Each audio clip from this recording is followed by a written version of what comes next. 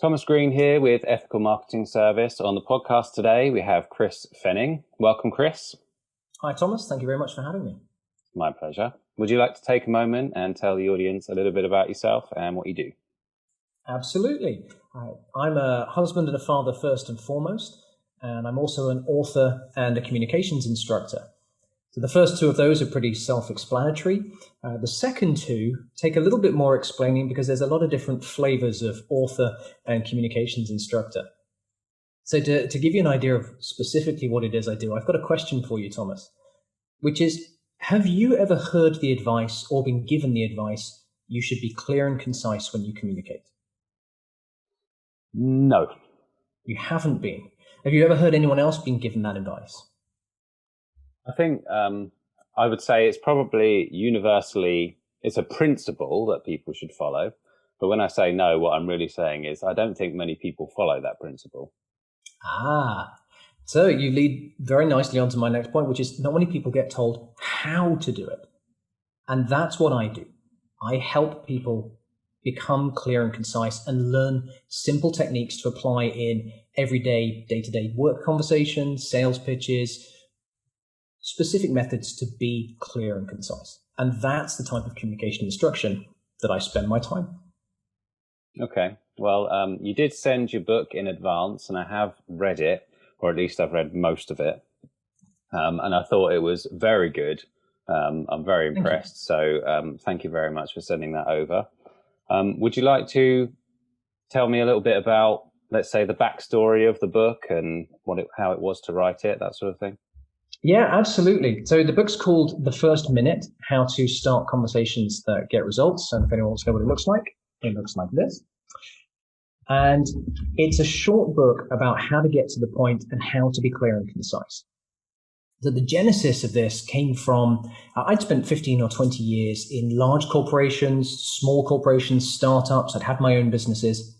And throughout that time, I'd been exposed to a lot of different communications training, on executive fast tracks, on general day-to-day training, and my own sort of diving into the topic.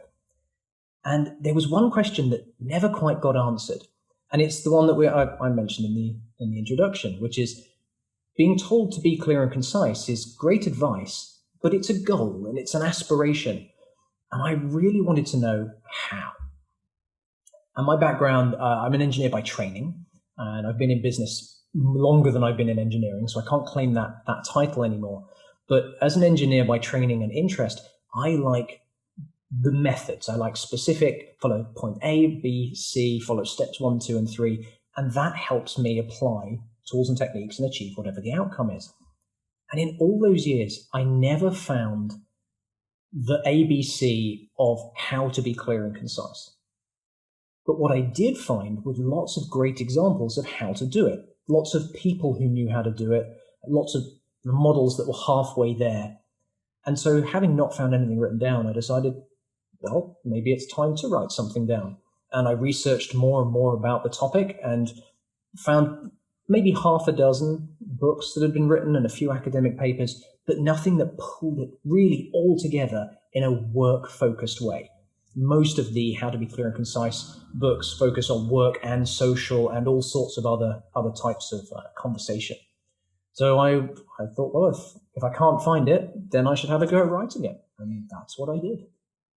Well, I think that highlights something, which is what I was going to say to you, which is I feel like that you have highlighted a problem which we all sort of knew that we had, but on a different level. So it was kind of a level that when you get a problem, it's very easy for you to say, okay, I see that as a problem and I can go and solve that problem. But for whatever reason, this particular example, it's a problem that, I don't know, for me anyway, I was like, this is something that, yes, I've seen many times. And yes, I see it as a problem, but it never came to the front of my mind that it was like, yes, I really need to solve that issue. And I just think the book's great at doing that. The reason I'm laughing is you've just described the very first line of feedback I got from my editorial team. The very first line on the very first piece of feedback was, this is a book that everybody needs and nobody will buy because nobody recognizes the problem in themselves.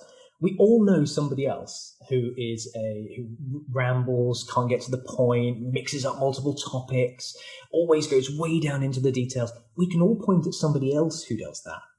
But very few people turn the finger around and say, oh yeah, I need that help as well.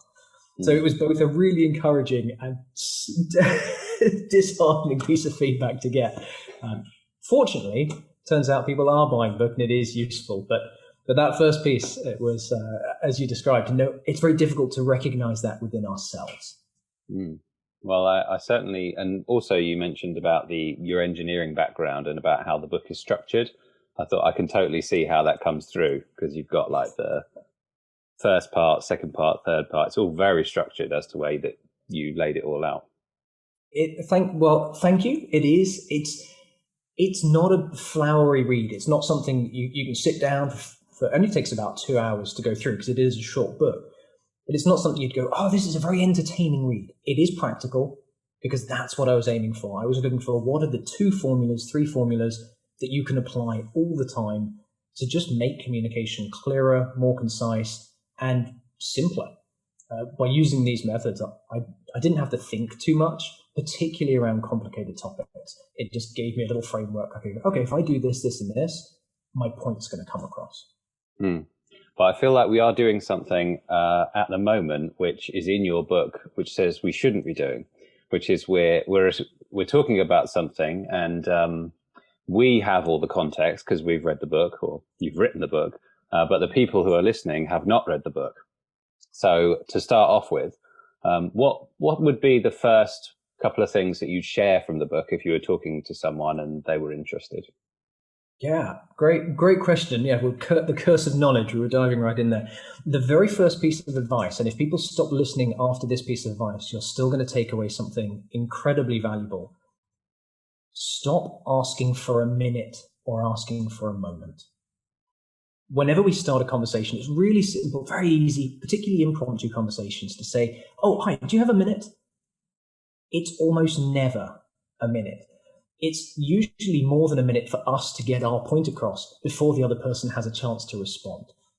And so the very first advice is stop asking for a minute or a moment. Take 10 seconds and think, how long is this conversation going to be? Do I need 3 minutes, 5, 10? And then ask for that amount of time. It's a really simple thing to do, but it makes a big difference to your reputation. Because while saying, excuse me, do you have a minute, is a very, very inconsequential, small part of a conversation of multiple interactions you'd have with people, over time, what you're doing is you're missing your own self-imposed objectives. You're asking for a minute, and then you're missing your own deadline when you take 3 or 5. And what you're doing is stealing time from that other person. Because you've asked for a minute, they've said yes, and then you take 5. That's like asking for a crisp or a chip from someone and then taking a whole handful out of the bag. It's not what they agreed to you taking. So don't ask for a minute. Take 10 seconds, think about what you want to convey, what you want from the conversation, how long it's going to take, and then ask for that. And you get 2 good benefits from it. 1, you're going to ask for the actual amount of time that you need, which is beneficial to both of you. And 2, you'll have taken some time to work out what you want from the conversation, and you're going to be better prepared going into it.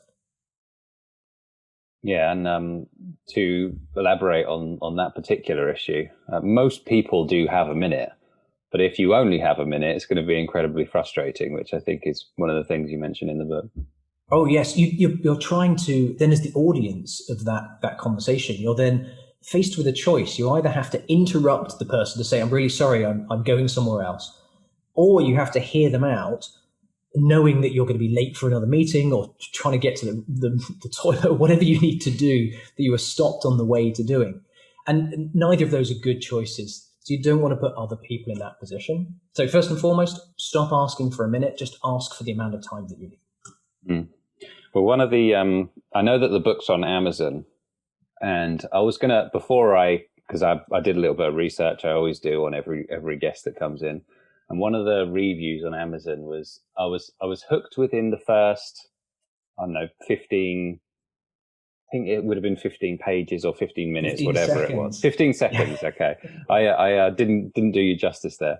But I thought the introduction was great. And you spoke about core principles based on following the core principles.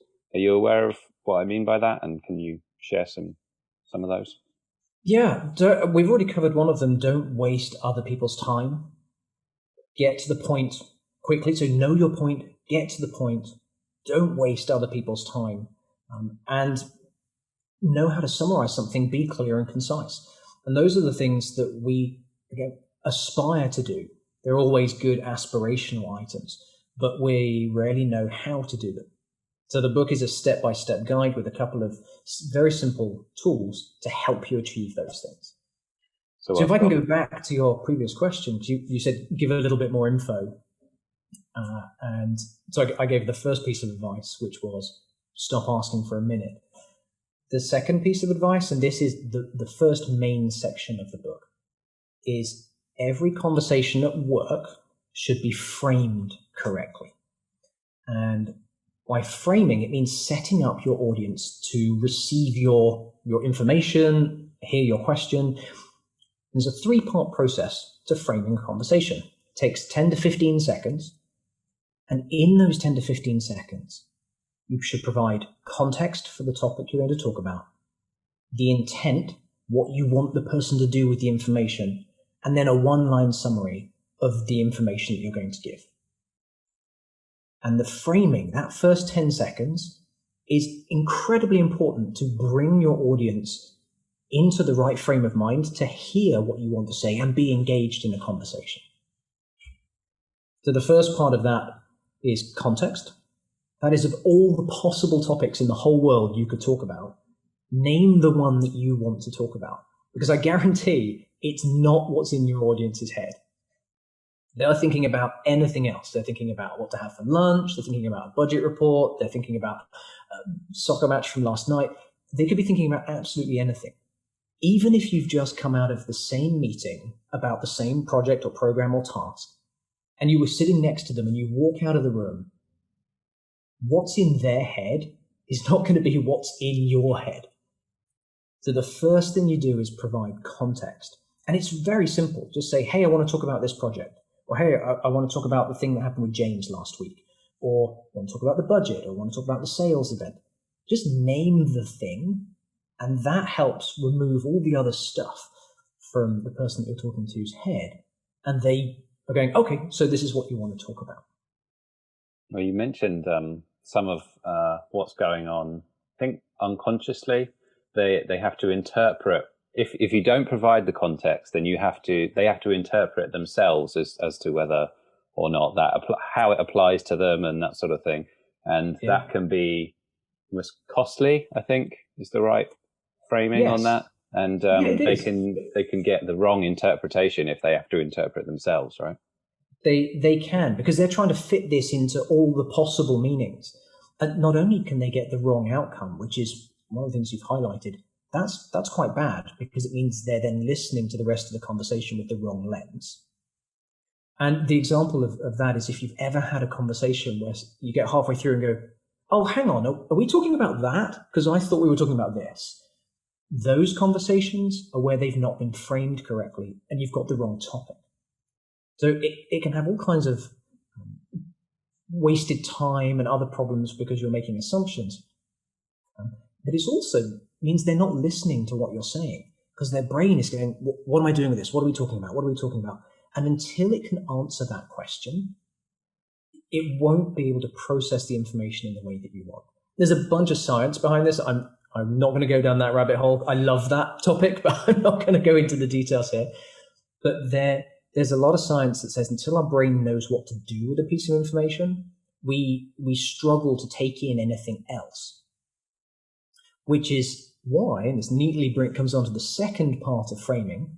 So once you've provided context and you've given a topic, the second part of framing is to provide intent.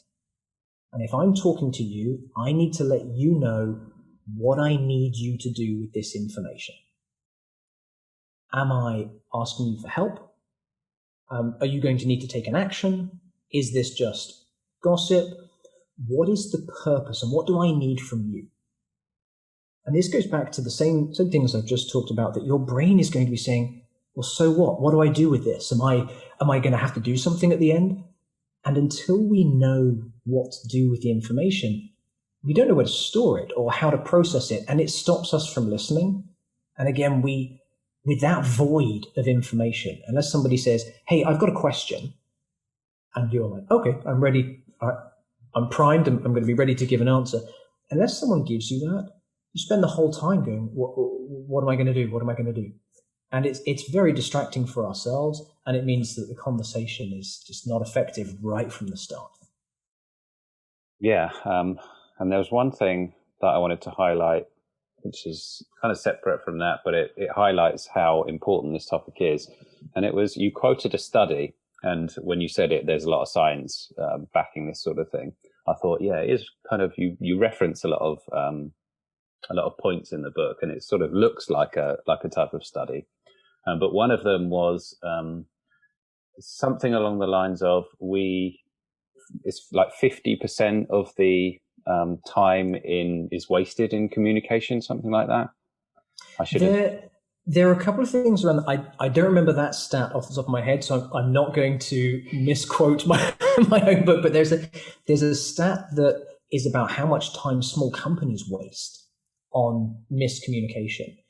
And Siemens, the big technology company, did this study a few years ago, and the outcome was, of a 100-person company with 100 employees, 880 hours a year are wasted on going back to clarify something that has already been communicated. And that 800 plus hours, if you were billing for that, that's a lot of time. That's a lot of work, a lot of revenue. So if that's what's being wasted, particularly for small companies, imagine how many billable hours that you're not getting because people are having to go back and clarify. And the thing that came out of that study that really hit me is it only measured the time to go back and clarify. It doesn't capture all of the other consequences of poor communication. So the people who have heard a piece of information, run off and done a task, but it was the wrong task, or made a sales call and it was the wrong sales call, or it wasn't the right information. All of those assumptions lead to rework, lost opportunity, things being done incorrectly and errors. And that cost is on top of those hours where people have to go back and clarify. Well, the way that my mind works, when you just highlighted that stat, and when I read it for the first time, I was like, you can get an average of what you're paying per hour, and you can multiply it by that number that you're paying, and you've got how much that's costing you. I mean, that's and then also I wouldn't want to pay that. How much is costing everyone else as well. So it's very valuable information. So and the third point. So we're still on framing. This is the first 15 seconds of the conversation. So we've provided context. Here's the topic I want to talk to you about. Here's the intent. Here's what I want or need you to do with it. The third part is the key message. And the simplest way to think of that is it's the headline for everything else you're going to talk about. You're not condensing the whole of your conversation into 10 words, but you're giving the headline. And the way to think of this is, imagine switching on the news, and the first thing they say is way down in the detail of the news story. They're talking about some trade agreement post-Brexit. You take a bit of time trying to work out, well, what are they talking about? How does this relate to me? What's going on? Is this big or important? And the news never does that. They always start with a headline. And then they start with a summary, and then they go down into the detail of the topic they want to cover. And that headline helps prepare us as an audience for what we're going to hear. And it gives us a reference point for everything else that comes in that article. And so the key message is the third part. So context, intent, and key message in the first 10 to 15 seconds, less than 20 words. You've then got your audience away from thinking about the tennis match they're having at the weekend or the bad meeting they just came out of. They're thinking about your project, your topic. They know what is expected of them, and they have some idea of the topic of the conversation that's about to happen, all within 10 to 15 seconds, and you've just set up a conversation to be successful.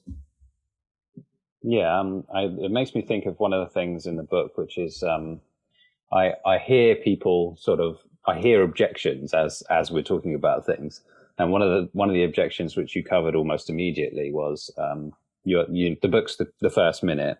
The first minute of the conversation or the work conversation is not the first minute that you're interacting with that person. Yeah, it starts off personally.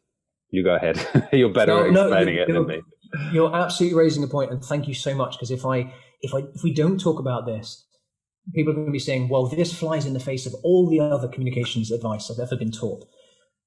Most communications courses, advice, gurus, experts will say, and just human nature will tell us that interpersonal skills, getting to know people, relationship building, that should be part of work conversations. That should be part of everyday conversations that we have. I 100% agree. The context of the first minute starts when you talk about the work topic. So if you bump into someone and you want to talk about the weekend, or you want to chat about anything at all, ask about the kids, do that. Absolutely do that, as much as is appropriate for the situation. But the moment you want to turn the topic of conversation to work, that's when the clock begins on the first minute. And that's when you've got to frame what comes next for the work conversation. So I'm really glad you brought that up, because some people will be saying, well, this shouldn't be how you start a conversation. You're right. You start with hello, hi, how are you? All of those human relationship pieces. But then when you get to work, it changes. Can I explain a bit why? Yeah, go ahead. So we're social creatures and animals and love storytelling. Almost all communications instructors will tell you the benefits of storytelling, except when it comes to work conversations. At work, it's transactional.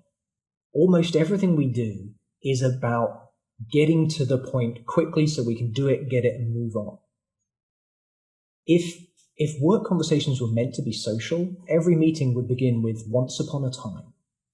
That would just be awful, because you know that you're then sitting down for a 25-minute history lesson or something that's not relevant to moving your work topic forward.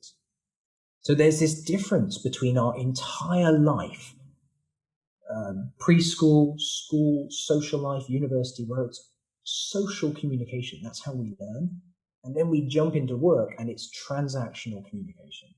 And they're fundamentally different approaches, and we're not taught and we don't learn how to do that until we're thrust into the heart of it. Mm.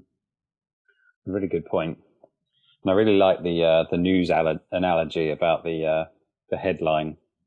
So like if the news was structured that way, you'd have a bit of a struggle trying to figure out what was going on because you missed the start of it. You absolutely would. Someone gave me an example. They gave an example back at me last week.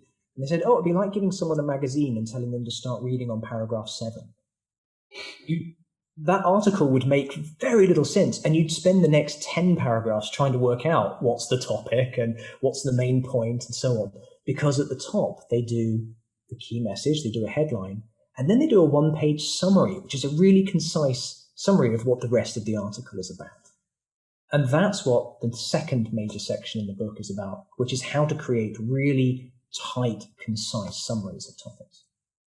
So we've got a couple of questions, which I did think there's such a lot of good information in the book that I feel like it would just be better if you just talked for a while and I just sat there and listened. But there are a couple of things which are not in the book, which, or at least to my knowledge, are not in the book, which I'd be interested to get your opinion on.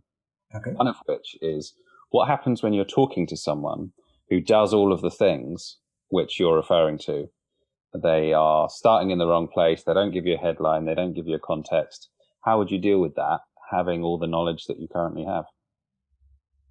Okay. I'm making a note of that question because it's a great one. I want to make sure I do it justice.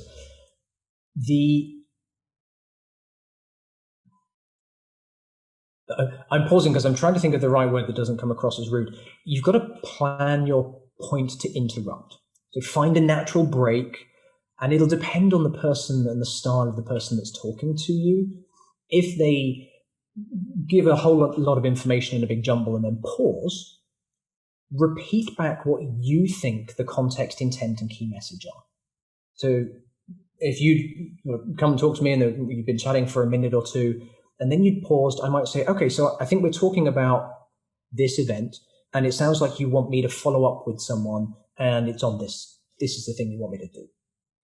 And by using the structure, you then give the other person a framework to which they can respond, because they can address those 3 bullet points. They can say, oh, no, that's not the topic, it's this. Okay, great. We've clarified it. Or, yeah, that's what I wanted you to do, so you've got a tick for that. You give them a structure. You give yourself a structure. And if they continue to ramble back to you, you then break it down even further and say, all right, let's just make sure we're talking about the same topic. And you can address the things one at a time without dressing them down, without coming across as though either you're dumb and don't get it or that they can't communicate. It just gives you both a framework to work with. So you're almost helping them follow the guide that's in the book. Would you say that's accurate? Yeah. It's definitely a way to consider it. Now, if this person rambles for 10 minutes, it's a personal choice whether you dive in there and interrupt or whether you just sit back and wait. I'm not going to tell people what to do. It depends if it's the big boss or a friend. A lot of this is situational specific. But when you come down to clarifying the message, just use the frameworks. They're a great mechanism to just get the stuff that you need. And the one question I had when I sort of read the conclusion and I'd absorbed some of the information was like, right, what's the best way for me to start applying this information? So I was like, we're human beings, so I've just absorbed this great information, but now I still have all of my old habits. So what should I do to get started, basically? Thomas, just do it. Just get on and do it, isn't it? Okay, so that's not particularly helpful. So the way that I learned this, developed the topics, and I've also worked with my teams and other people in the past, has been to look at previous emails, because emails are written down. You can try and remember a previous conversation, but memory is a fuzzy thing. So find a medium lengthy email that you've sent and look at the subject line in the first paragraph and see if in that first paragraph in the subject line, have you provided the context, the intent, and your key message? And if you have, give yourself a little pat on the back and know that you're doing it well. If you have to dig for the information, then you've got some work to do. And if the information's not there at all, that tells you you're not providing those key things up the front of the email, and it's a written version of a discussion. That's how the two, email and conversation, can be compared. So take a look at previous emails, and if they're good, great. Find another one that isn't. And if you find one, most people find them pretty quickly, rewrite it with context, intent, and key message as 3 separate, you could do it as bullet points to begin with, and you can even write context, and here's what I want to say, intent, here's my intent, but write it out. And that gives you a worked example that's relevant to your job, relevant to whether you're talking to a vendor, someone in your team, colleague, boss, whoever. It's relevant, it's recent, and it's real. And then use those techniques in the next email. Use those in the next conversation. So think of a conversation you're going to have tomorrow or next week that's quite important, and write out how would you start? What would be the first 10, 15 seconds of that? What's the context? What's the intent? And what's the key message? And then if you want to, you can take those notes with you. You've got a nice little script to use. I think the email is a good place to start, because I think that would probably help you transitioning those habits from email to discussion. Would you say that's accurate? Yes. Yeah, absolutely. And you mentioned repetition before. Repetition is one of the keys to habit forming, and you want to do it with deliberate practice, with the good technique. So doing it in email, you've got the time before you hit send to go back and check. You've got time to draft it out with those key points. And what was it? Recent studies say we send 100, 200, a million emails a day, whichever study you want to read. There are a lot of emails. That's a lot of practice. Mm. Caveat on that. These techniques aren't useful in every email that you send. It's not every email. It's the first email in a new email chain. Because if you were in sort of third or fourth reply in a back and forth and you were still doing context, intent, and key message, that would be like restarting a conversation every couple of minutes. So it's when you initiate a new subject, initiate a new email conversation with someone, that's when these things apply. And in the book, there's a number of examples, quite a few examples of actually showing how this can be done in work-related topics in email as well. Yeah, I was going to mention the example because the almost like the before and after is like chunk of text all boxed in together, and then you get the after, and it's like, you know, broken down quite nicely. I'm quite literal, so I think I might just have to take my emails and just start breaking them down in the way that you've recommended. Do it. That's actually, anyone who listens to this who's worked with me in the past will probably have somewhere in the depths of their inbox emails from me that literally say context, intent, and key message. Or in the summary, which is the tool we've not talked about yet, I talk about what's the goal, what's the problem, and what's the solution. And I use those words because the person reading it then understands, oh, this is what they're talking about. So absolutely use them. Nobody is going to look down on you for being extra clear. Do you want to talk about the summary? Because it's sort of a segue, isn't it, into another topic? Yes. So the second technique, and this is the one that I get asked to talk about more. So I'm really pleased that we could talk about framing because that's the start of the conversations. It's really important to get that right. Framing is the foundation for the discussion. The structured summary is what a lot of people, particularly salespeople or anyone who pitches and presents, structured summary is what they like because it's a 3-part technique that enables you to summarize almost any work topic in 3 lines, no matter how complex it is. And the summary approach provides what is the goal, what is the problem preventing you from achieving the goal, and what is the solution. And it has the neat little acronym GPS because it helps give direction to the conversation. And there's a bunch of play on words that go with that. But goal, problem, solution is a great way, not the only way, but it is a great way to summarize work topics. I'd love to expand on why that's the case, if that's all right. Yeah, go for it. So everything we do at work is about achieving a goal, or it's trying to attain a goal. Whether your company sells food, your goal is to provide food to customers, or provide utilities, or provide sales services, or in my case, provide instruction and training on communications topics. Every company has a goal, and every job within a company has a goal. The accounts department's goals are to make sure taxes are filed on time and all of the money is accounted for and everything's kept neat and tidy on the accounting side. That is their goal. And then when you go down onto a daily level, someone's goal might be, I need to complete this month's accounts. Everything we do at work is about achieving goals. So when you're summarizing something about work, you should always start with what is the goal? Because then your audience knows, okay, here's the point on the horizon that we're aiming for. It actually gives context.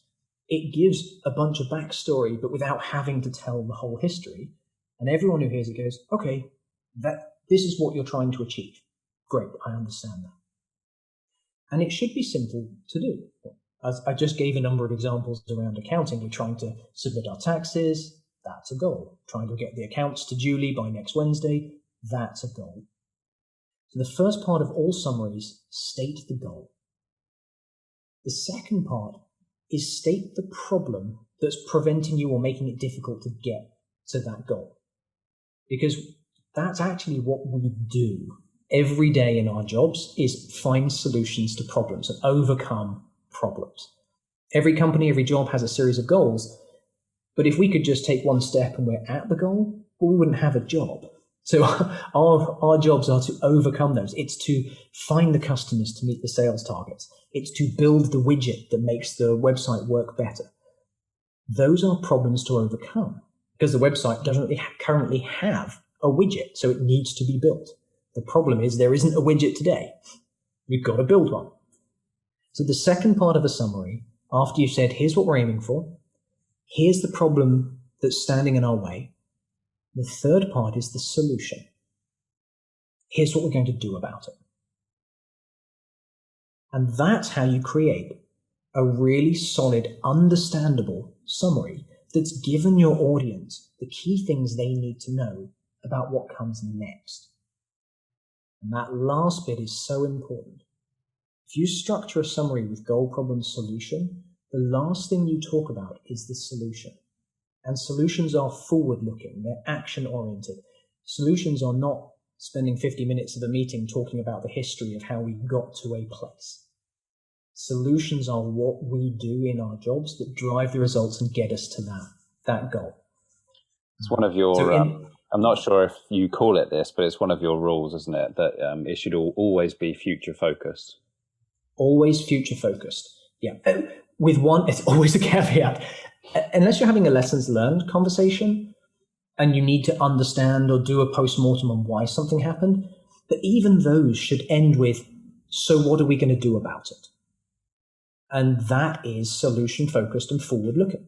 We gain very little at work by spending a lot of time talking about the past. And there are three types of solution discussion. You either need to find a solution, you're proposing a solution, or you're reporting on a solution that was put in place and has already been completed. So even status updates should be, here's what we were trying to achieve, here's why it was difficult, here's what we did, and the result. And you can summarize all of that in a minute. Just one sentence for each thing. It happens at the beginning of the news. It happens in magazine articles. It's something we get exposed to a lot, but don't recognize that's what's happened. That's a very good point. As it brings up something which there's a few things that you list in the book which are like typical things that people do, and I'll give you an example just to make it clearer. It's like talking about two or more topics at the same time, so you're not being clear. And another one is, you're taking too long to get to the point, that kind of thing. And is this the part where you would get around that? This helps with some of that because you should only ever talk about one problem at a time. If you talk about multiple problems, they might all relate to the same goal, but your audience is going to spend the rest of that conversation thinking, are we talking about problem 1 or problem 2? Or 3, 4, or 5, however much you packed into the beginning. So conversations should be about one topic at a time. You can talk about lots of things in a conversation, but don't interweave them. Otherwise you end up with a horrible knotted ball of string, and you're making the audience try and work out how all those pieces fit together. And the way to solve this starts with framing. When you frame the conversation, if you've got one topic to talk about, say you've got one topic. If you've got two topics to talk about, two significant points relating to the same project, program, sale, whatever, say that up front.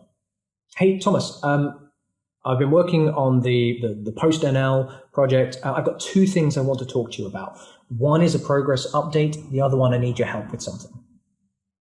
I framed the discussion by telling you that there are two separate topics and they've got two different intents. Then I'd summarize one topic, we'd talk about it, and then I'd move to the next topic. So framing and structured summary provide you a map and waypoints that you can refer back to help provide structure to the conversation. There we were talking about two things. We could I'd give you a summary on the first one, we'd dive right into the detail, have our back and forth, I'd get whatever I needed or intended from the discussion. And then I could say, okay, great, that's topic 1.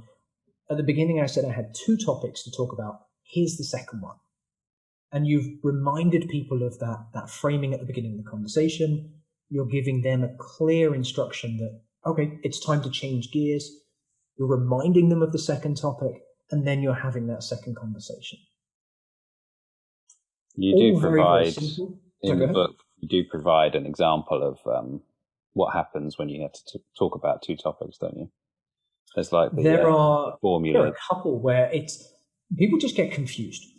If you don't frame them out separately, people end up getting confused, and we'll all have many of us will have had examples of this. We're going, hang on, are we still talking about that first thing, or are we on something else now? Or do you want me to take this action relating to that first topic? And it happens when people interweave things or go off on tangents or down rabbit holes. And it happens a lot when people say, oh, and this relates to my second point, before they finished their first point. So as my parents and my grandparents told me growing up, finish the thing that you start, finish your point, then move on to the next one. And we're all guilty of not doing that in conversations. We just run into different topics as we get excited, and we want to show the interconnected weave of things that we're talking about. Don't. Talk about one thing at a time, and your audience will really appreciate it. Well, as you say, it's transactional in work-related conversations.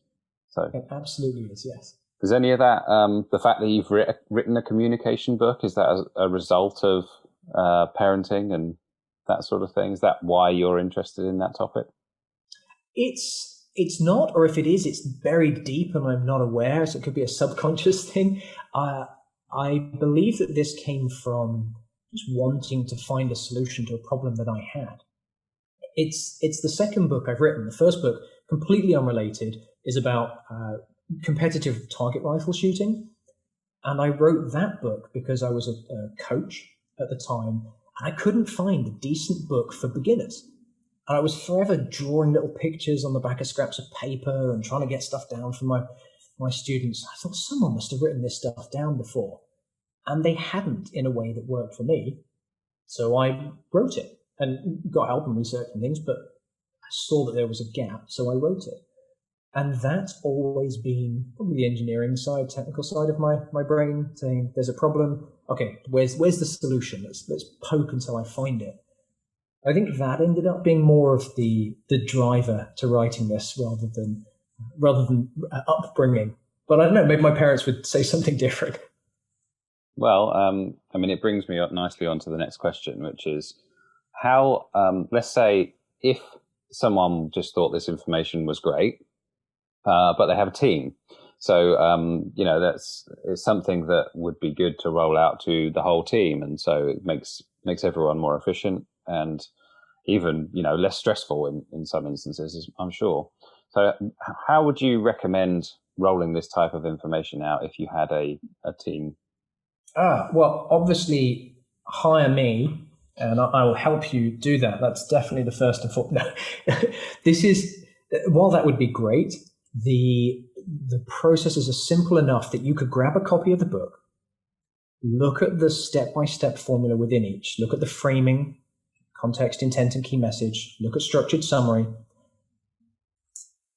read them, look at them with your team, and talk to your team either in a group setting, run a small training, talk to them individually, give them these tools and say, here's how I'd like to be communicated with.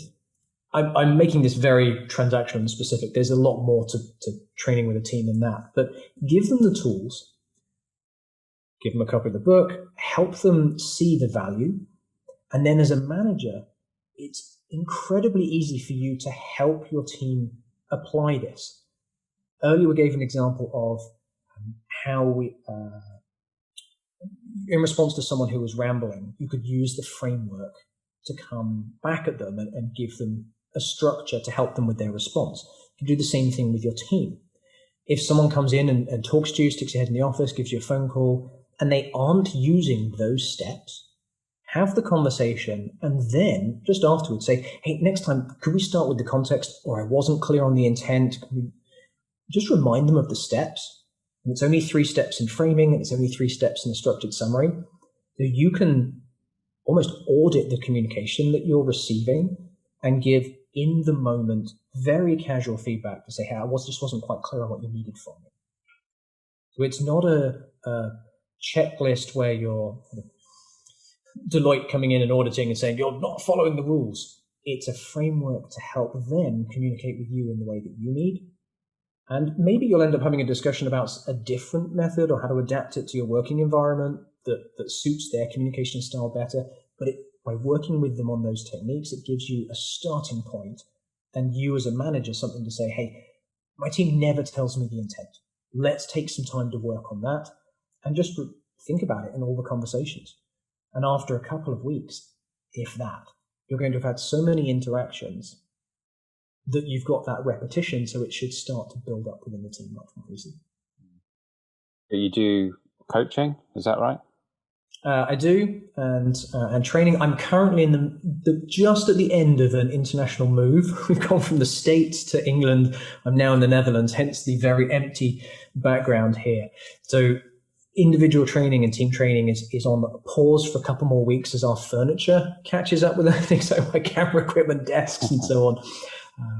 But yes, I'll be re-releasing an updated online course that is designed to be cheap and accessible. I want this kind of training to be really accessible for companies, small companies, big companies. I don't think me teaching these techniques needs to be £1,000, $1,000 for 3 hours. I think everyone should be able to do a low-cost course that helps with these fundamentals. Individual coaching, that's a different kettle of fish. But there'll be a revised up course coming out soon, maybe within about a month and a half. And then there's individual coaching. I do a number of talks to associations. I can come into organizations, do lunch and learns, do dedicated training sessions. And the real value comes with follow-up. And some of that's done by email, where once a week people will email me their example emails of here's how I used it. And we do a sort of back and forth critique on where they think it can be clearer. And that's the kind of service that can be offered. Whatever's going to work best for different teams. Well, I think the major benefit of it is that it has the possibility to be highly influential in terms of, great outcome potential, but fairly minimal, should we say, upfront work. So as you say, it's the first minute in the conversation which makes that conversation then much more valuable, profitable, whatever term you want to use. So congratulations. Very, very good work. Well, thank you. It's my pleasure. So what are your goals for the book? My goals for the book? Or the business. I always ask business goals, but I assumed it was for the book. Well, business goals this is a stepping stone for what's coming next. And with a lot of small businesses, we hear you've got to find your niche, go into your niche. And this is a book that goes across all industries. My particular focus is IT and helping IT professionals talk to business professionals, which includes how to get away from very technical responses into clear and concise business consumable responses. And that is the direction that I'm very focused on and heading in. The first book I was going to write was about bridging the business IT divide. But the very first thing I would teach in every occasion, whether it was one-to-one in a team, the very first thing I would teach is what's in this book. Because until people can be clear and concise, it doesn't matter if you don't use jargon, it doesn't matter if you speak the business's language. If you can't be clear and concise, you have to do that first. It sounds is like, a stepping stone. Did you recognize that there's a problem with communication between IT people and business people? So maybe I'll sort of do something on that and then realize, well, actually, it's not just them; it's everyone that's doing this. It's everyone. It's everyone. Yes, and there is that gap between IT and business, and not many people are placed to understand both. And I'm very fortunate in that I had a technical training and did 15 years with software in one shape or another, with a foot in both IT and business. So most of my career had been bridging that divide. So it didn't seem like a difficult thing because it was what I was taught to do and what I experienced. So you asked what my focus is for the business is helping in that space. I want to help IT teams communicate better with business teams. The book is a calling card. I wrote the book partly because I wanted to get some material out there. It helped me organize my thoughts. I will probably give away more than I sell. But if people want to buy it, I'm doing a terrible job of selling myself. I've said communication courses shouldn't be phenomenally expensive. Don't buy my book. Do buy my book. It's really good. But I expect to use it as an introductory method to showcase the kind of information that I'll be providing. And then that gets me in a position to talk to people where I can really help their IT teams, small companies, individuals, or large organizations, help get their IT teams to communicate better with the business. Because I disagree. I fundamentally disagree with the stereotype that techies can't communicate. They absolutely can if they have the right training and the right practice. They absolutely can. Was there anything that you feel is particularly valuable in terms of message from the book that we haven't discussed today? There's one piece that is tucked away. It's a couple of pages that reference this, and it's called a validation checkpoint. And this is when, once you've started a conversation, we talked about this earlier, you're asking someone for time. Unless you're in a scheduled meeting, but if you're having an impromptu conversation or even an email, you're asking people for time. So check that they have both the ability and the availability to answer your question. And it's very, very simple to do. Once you've framed the discussion, once you've given a structured summary, say, hey, is this something you can talk about now? Are you the right person to talk about this? And that gives the person you're talking to or the people you're talking to an opportunity to say, no, I don't right now. Can we come back later? Or no, it's not as important as the other stuff I've got to do. Or yes, sure. Or I don't have the right answer. Go and talk to Emma. She might have the right information. Do that checkpoint, because it'll prevent you wasting time on a conversation that might not be with the right person or be happening at a time that's convenient. So validate that the person or people you're talking to have the ability and the availability to talk right there. I remember that in the book. You can do multiple validation. You just call them validation checkpoint. Is that what you said? Yeah, validation checkpoint. So there's a time check and a validation checkpoint. Okay. And where is the best place to find you? You can find me at chrisfenning.com. The book's available on all retailers. It's on Amazon as a main place, but it's available through 60,000 different retailers online. And come and find me at chrisfenning.com. My social hangout is LinkedIn. That's where I spend most of my time. And I publish twice a week. I won't crowd your inbox out. I'm not on there 15 times a day. But I put out two blog posts each week, usually Monday and Wednesday. One is informational, how-to guides. The other is more of an opinion piece about the state of communications training, particularly in software companies. And if those sound like something you'd be interested in, look me up on LinkedIn, connect, and love to chat. Sounds good.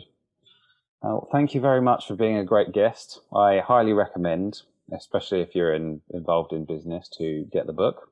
And Chris, I will speak to you soon. Thank you very much, Thomas. It's been a real pleasure.